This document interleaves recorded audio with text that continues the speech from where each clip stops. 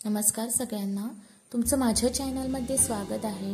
तर आज मी तुम्हाला तिसऱ्याचं कालवण कसं बनवायचं ते दाखवणार आहे। तर त्यासाठी लागणारं साहित्य पाहून घेऊया। इथे मी तिसरे घेतलेले आहेत। हिरवा मसाला, हळद, जिंजर गार्लिक पेस्ट, बारीक कांदा, मिरची, खोबरं, अर्धा उभा चिरलेला कांदा, टोमॅटो, बटाटा, कोकम आणि कोथिंबीर। आता वाटण वाटून घेऊया। तर मी इथे अर्धा उभा चिरलेला कांदा घातलेला आहे। आता त्यात खोबरं घालून घेते आणि 2 चमचे हिरवा मसाला घालून घेते। यात मी धणे ऍड नाही केले आहेत कारण हिरव्या मसाल्यातच धणे ऑलरेडी ऍड केलेले आहेत। आता मी त्यात 1 चमचा हळद घालून घेते आणि पाणी घालून घेते आणि बारीक पेस्ट करून घेऊया त्याची।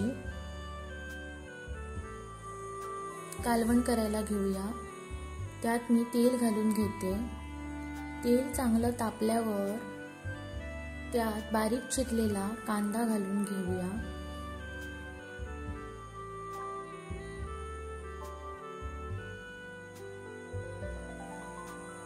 चांगलं असं परतवून घेऊया।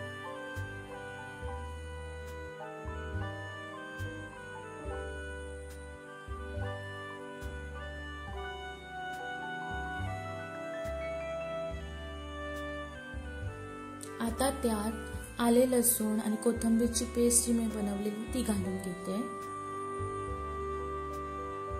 आणि हिरवी मिरची घालून घेते। हे सगळं मिक्स करून घ्यायचं।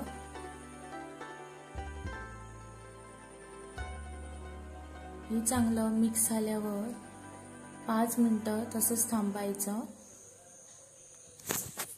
आता त्यात बारीक चिरलेला टोमॅटो घालून घेऊया।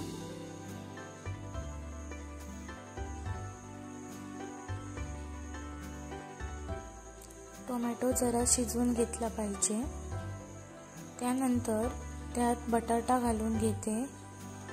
बटाटा घातल्याने त्याला चांगली चव येते कालवणला आणि त्यात तिसरे घालून घेते।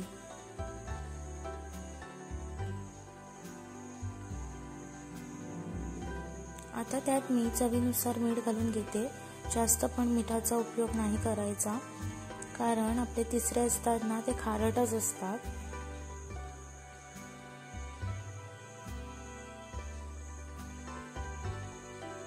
आणि त्यात पाणी घालून घेऊया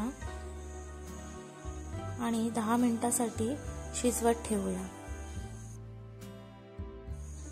आता बघूया आपला जो बटाटा आणि तिसरे घातलेले ते चांगले शिजले आहेत की नाही ते। तिसरे आणि बटाटा चांगला शिजलेला आहे।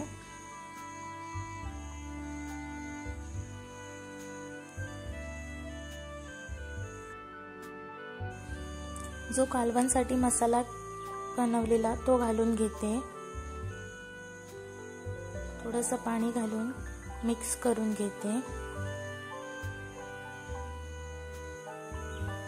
आता चवीनुसार मीठ घालून घेते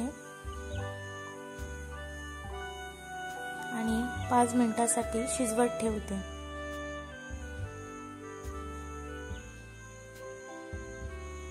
आता आपण चेक करूया की आपलं कालवण शिजलेलं आहे की नाही ते। बघू शकता चांगली अशी उकळी आलेली आहे कालवणला।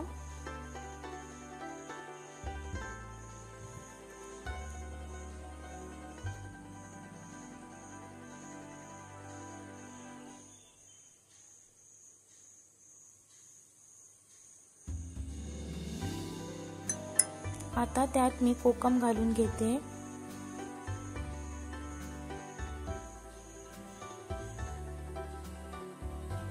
आणि थोडीशी कोथिंबीर घालून घेते।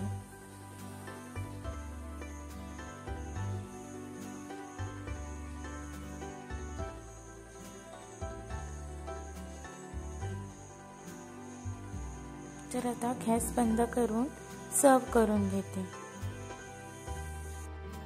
तर इथे तिसऱ्याचं कालवण तयार आहे। तर माझ्या चॅनलला लाईक, शेअर आणि सबस्क्राईब करायला विसरू नका। धन्यवाद।